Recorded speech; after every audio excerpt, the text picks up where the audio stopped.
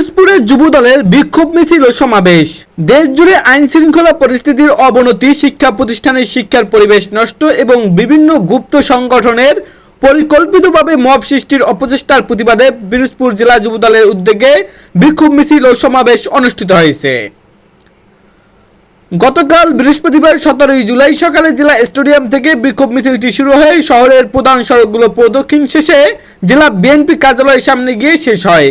এ সময় এক সংক্ষিপ্ত সমাবেশে বক্তব্য রাখেন পিরোজপুর জেলা বিএনপির আহ্বায়ক অধ্যক্ষ আলমগীর হোসেন, জেলা বিএনপির সদস্য সচিব গাজী ওহিদুজ্জামান লাবলু, জেলা যুবদলের আহ্বায়ক কামরুজ্জামান তুষার, সদস্য সচিব এমদাদুল হক মাসুদ সহ অন্যান্য নেতৃবৃন্দ উপস্থিত ছিলেন।